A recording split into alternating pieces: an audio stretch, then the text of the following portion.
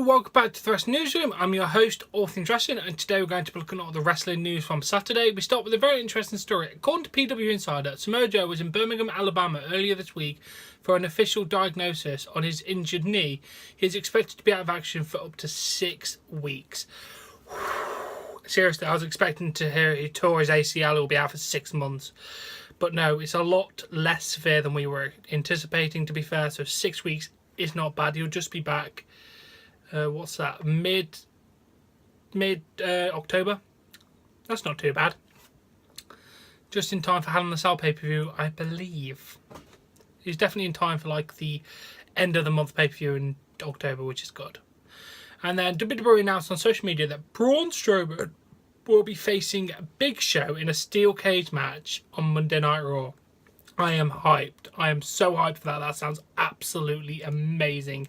Cannot wait for that.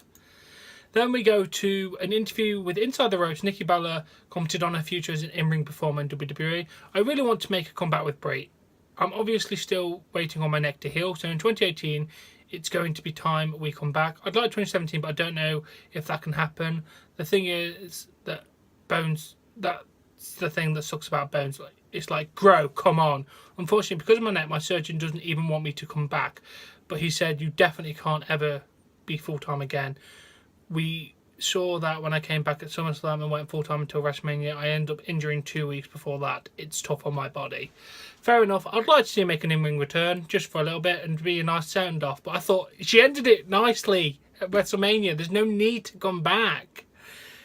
But come back if you want to, I guess.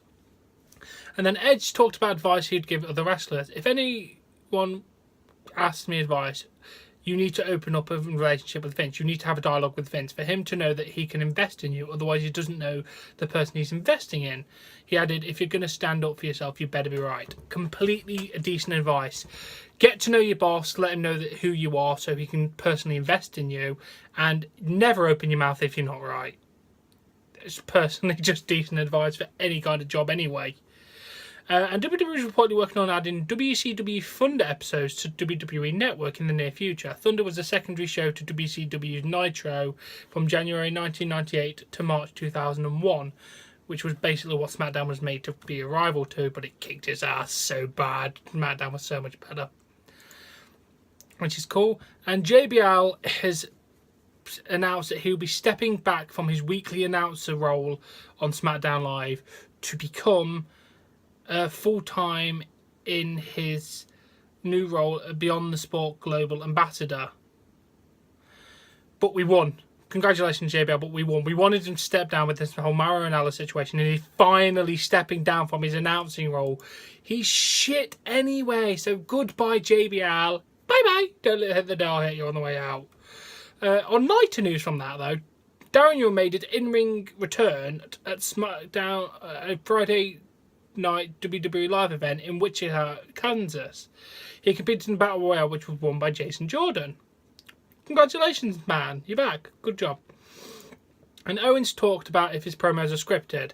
I'm sure all the performers get different guidelines, and I think it's a day-by-day scenario of who gets to have more freedom than other people. We always get help with our interviews from our writers, but you learn to find ways to get your own credit instead of using somebody else's words. Some people are good at it and other people aren't as good, but the people who are good at it usually get more leeway on how to speak and what they have to say because of the fact that they can carry an interview. I always know where I'm going and I know what they want me to deliver, but I get to put my own spin on it most of the time.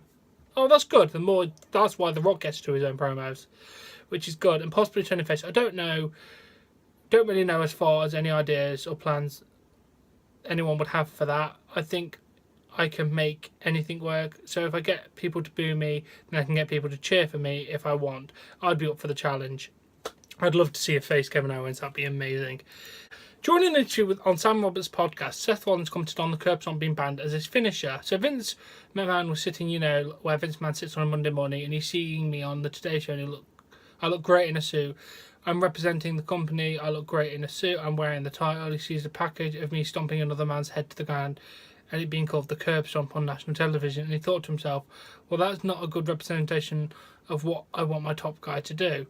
So he just had a meeting with some people and they decided, well, we don't need it, we can figure out another finisher for you, and the rest is history. And I get it, I hate it, I think it's silly because that is what is not my, it's not my company, so I'm doing the best I can. I get it from a marketing standpoint, I totally understand. Hate it because it's such a great finish, it's easy to do and anyone could do it, but hey, so is my cool need now, so let's start liking that. I get it, but to be honest, it's not really good if you're stomping a man's head into the ground, so fair enough. Then we move on to Seth Rollins talking about the feud from Bray Wyatt being cut short. I believe what the plan was for me and Bray to go a few pay-per-views, and then whatever happened. Something changed and they shuffled the deck and they ended up having to reposition, which actually worked out much better for me in my personal opinion. But yeah, it's almost a month or so, I kind of know that we were heading in this direction.